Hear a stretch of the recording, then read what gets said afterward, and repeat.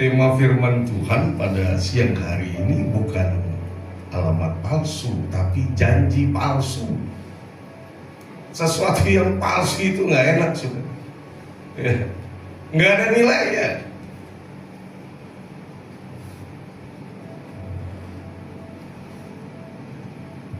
Ada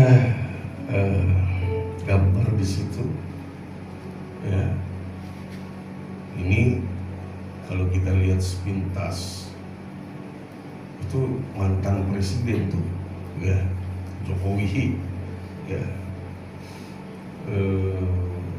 Ini bukan mau mengambil satu figur untuk apa, tapi ini untuk sebagai ilustrasi saja.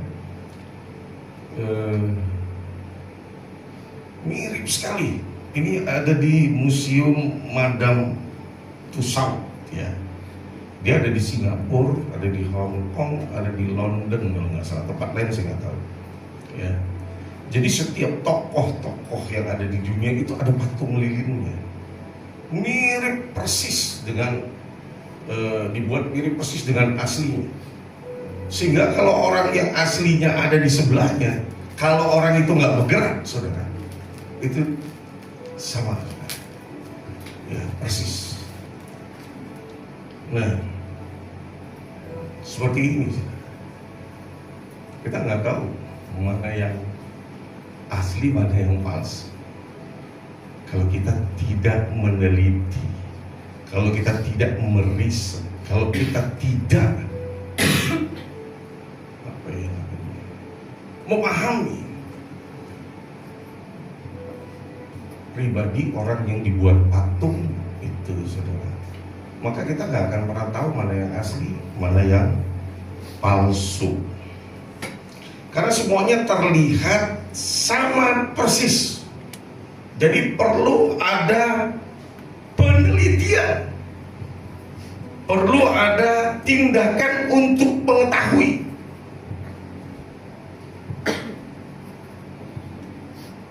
Agar kita tahu mana yang asli, mana yang palsu. Sesuatu yang palsu, seperti yang sudah saya sampaikan tadi, itu pasti nggak punya nilai. Murahan itu sesuatu yang palsu, betul nggak? Halo? Betul.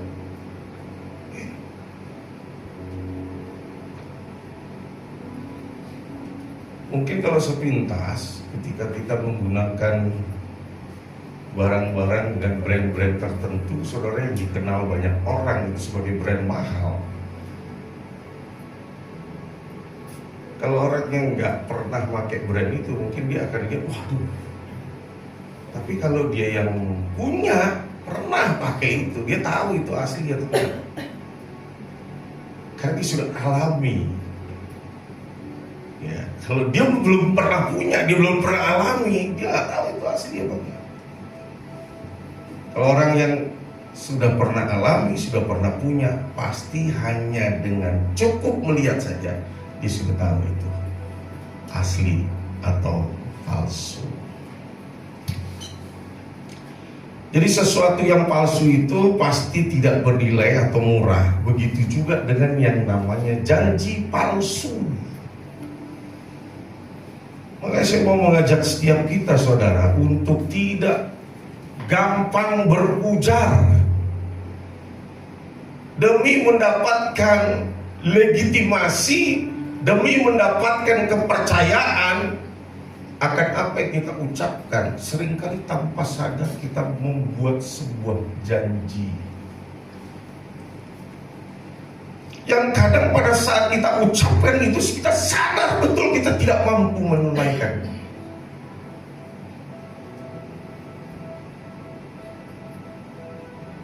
Walaupun ada juga yang nggak sadar, tapi lebih banyak sadar bahwa dia tidak akan mampu menunaikan.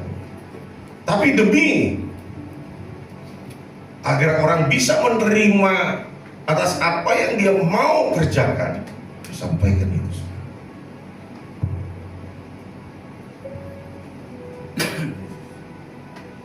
Akibatnya apa? Suatu ketika dia akan menuai, saudara. ketika dia tidak bisa menepati janjinya, orang yang menerima janji akan menganggap janji itu adalah janji palsu. Dan orang tersebut pasti akan sulit sekali mempercayai orang yang sudah memberikan janji palsu. Benar nggak? Halo? Kalau Anda dijanjikan seseorang terus orang itu nggak pernah menepati janjinya, kira-kira bagaimana? Halo? Nggak mungkin Anda percaya lagi kepada orang itu, apalagi kalau itu terjadi berulang-ulang. Berjanji lagi, berjanji lagi, berjanji lagi. Dan itu akan mengakibatkan tingkat kepercayaannya semakin hari semakin berkurang, lama-lama nggak ada lagi. Makanya perhatikan baik, jadi jangan asal berujar. Demi orang percaya kita, demi apa yang kita mau itu tersampaikan, kita sampaikan itu janji tadi. Saudara, demikian juga jika orang berjanji namun tidak ditepati, maka janji itu disebut janji palsu, karena orang nggak akan percaya lagi pada orang tersebut. Orang yang suka berjanji namun tidak ditepati firman Tuhan itu mengibaratkan seperti apa, saudara? Seperti awan dan angin tanpa hujan. Oh, itu ayatnya lupa ya. Ini orang yang menyombongkan dirinya dengan hadiah palsu. Kalau janji palsu itu sama dengan hadiah palsu.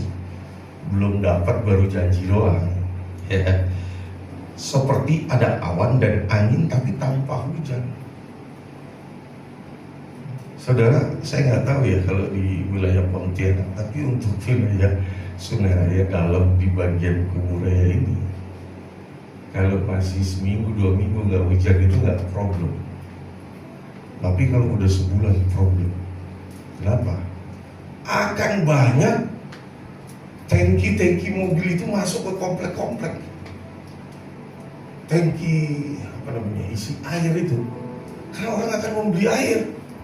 Ada yang sebulan 1 tangki, 2 tangki, 6 kubik, 12 kubik per bulan. Ya.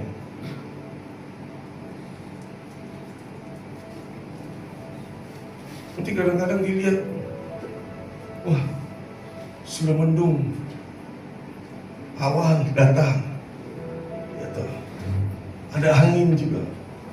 Tapi terus dikecewakan perasaan kita ketika ternyata awan itu tidak membawa hujan. Betul nggak? Ibu ngerasain ya kalau Sungai Raya gitu nggak, Bu? Airnya lancar, lancar ya, wah bagus tuh. Pak baru semua tuh lancar. Nah, kalau di sini agak parah. Ya. Tapi mungkin 1 bulan ini aman.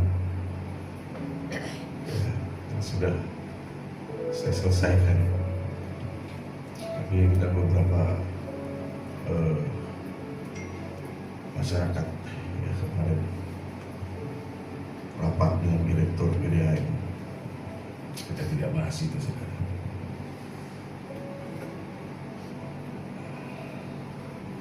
Oleh sebab itu, saudara,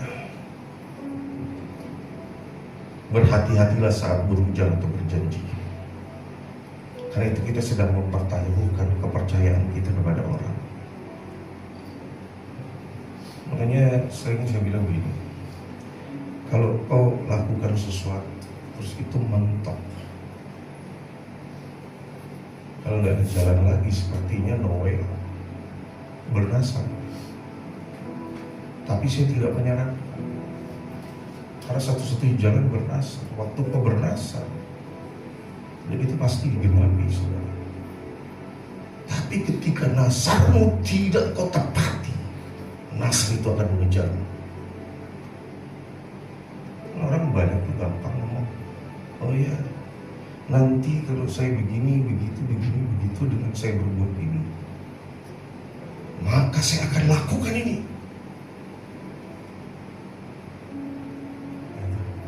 Tapi ngomong itu gampang, waktu menerapkan itu tidak mudah. Ketika ketika semuanya sudah digenapi, dia lupa dengan ucapan. Dan itu akan mengejar. Lazar ini kan janji yang dibuat sama Tuhan. Kadang-kadang manusia juga berjanji sama Tuhan, tapi janji palsu. Ya. Dengan mudah dia melontarkan kata-kata, Tuhan nanti bla bla bla bla bla bla bla bla kalau saya bla bla bla bla bla. Tapi waktu Tuhan genapi semua, dia bisa jadi lupa. Hati-hati dengan ini, saudara. Juga dengan orang-orang yang mungkin pernah kita berjanji, dan sampai sekarang kita abaikan, dan kadang-kadang kita sampai lupa. Barangkali, saya nggak tahu, saya berharap di sini nggak ada. Tapi kalaupun ada, hari ini selesaikan janji. Jangan ditunda. Karena kita sendiri nggak enak kok kalau megang janji palsu, benar? Kalau ada orang berjanji kepada kita, itu kan kita pegang janji. Janji itu kalau palsu kan nggak enak.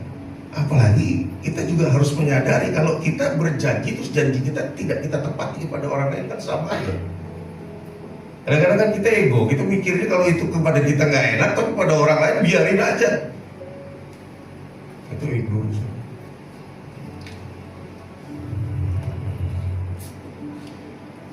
Di dalam 1 Samuel 2 ayat 3 berkata, jangan mengumbar kata-katamu yang takabur dan janganlah keangkuhan keluar dari mulutmu. Karena Yahweh dialah Elohim yang maha tahu dan oleh dia perbuatan-perbuatan ditimbang. Kita pikir kita bisa sembunyikan. Betul saudara, sembunyikan dari orang lain. Terkecuali orang yang menerima janji kita. Ya. Tapi nggak tersembunyi dari Tuhan. Dan orang yang menerima janji dari kita, itu nggak tersembunyi, saudara. Tuhan tahu dan Dia yang menimbang.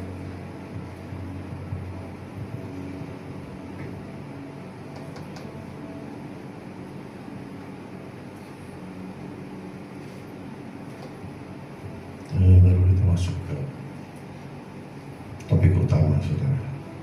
Bagaimana seharusnya sikap seorang anak Tuhan terhadap janji? Seharusnya ini yang pertama. Jangan pernah berjanji jika kita tidak bisa menepati. Sekali lagi, jangan pernah berjanji jika kita tidak bisa menepati. Karena itu nanti janji kita itu akan disebut janji apa? Palsu. Nggak ada, cuma Ibu Meli aja. Janji kita akan disebut janji palsu. Terima alamat palsu aja tadi nggak enak, bener nggak? Apalagi janji palsu.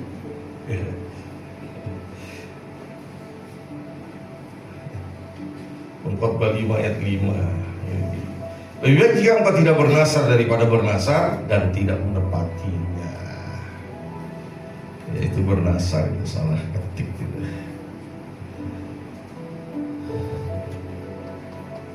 Yang kedua, konsekuen dengan apa yang kita katakan.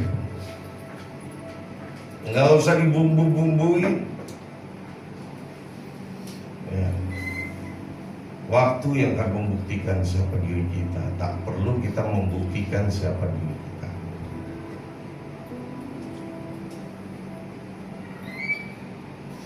Kesetiaan itu tidak dilihat dari ucapan, tapi dari tindakan. Tindakan itu akan terlihat semakin hari semakin jelas nyata, diuji oleh waktu.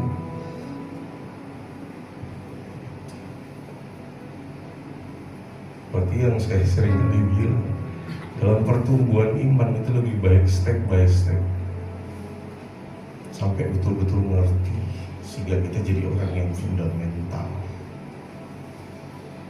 Jadi bukan seperti orang yang berapi-api wah, kobar-kobar. Tapi nanti bisa tiba-tiba redup, bahkan padam.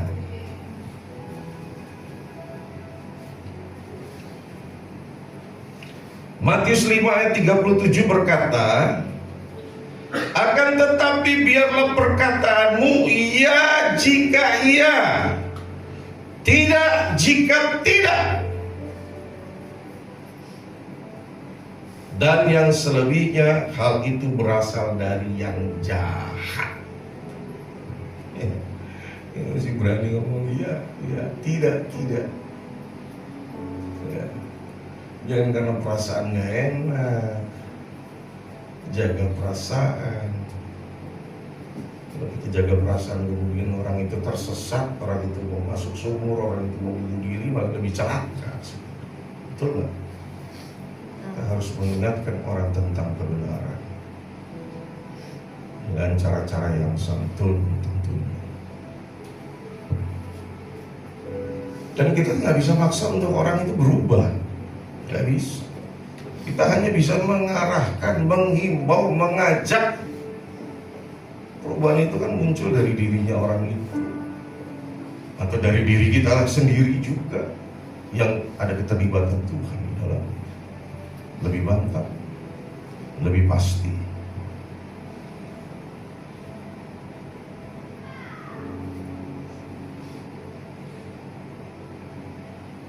Nah, janji palsu ini sama dengan kebohongan sebenarnya. Dan kita tahu bahwa Tuhan nggak suka yang namanya kebohongan. Jadi katakan iya, katakan iya. Tidak, katakan tidak.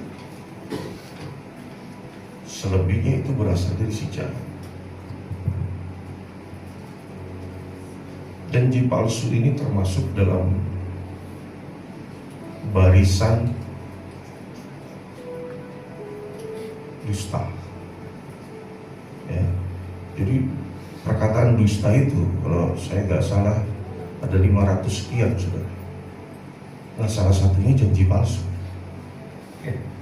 Itu termasuk dusta. Sementara firman Tuhan bilang apa? Bapa segala pendusta. Halo? Iblis. Di dalam kekristenan itu kita nggak boleh bohong. Nah, kalau kita rasa sebelum kita berucap untuk menjanjikan sesuatu, sanggup nggak ya saya menunaikan? Kalau nggak, tahan. Jangan hanya supaya aman 1-2 hari, demi amannya atau berjalannya 1-2 hari kita mulai buat janji. Ya. Karena itu kita seperti sedang menyimpan bom waktu. Ya saudara, orang yang dijanjikan itu bisa kesal itu, bisa marah itu. Kalau dia anak Tuhan mungkin dia berdoa masih bagus. Tapi kalau dia bukan anak Tuhan, saudara, barangkali dia sumpah-sumpah, jatuh sumpahnya sama kita. Ini hati-hati. Ya. Jadi saya berharap kita semua mengerti tentang bagaimana menepati janji. Kalau kita sudah terlanjur berjanji. Dan saya berharap janji-janji yang belum kita tunaikan keluar dari gereja ini, tunaikan janji. Amin. Ya, berdiri dulu. Bangkit berdiri.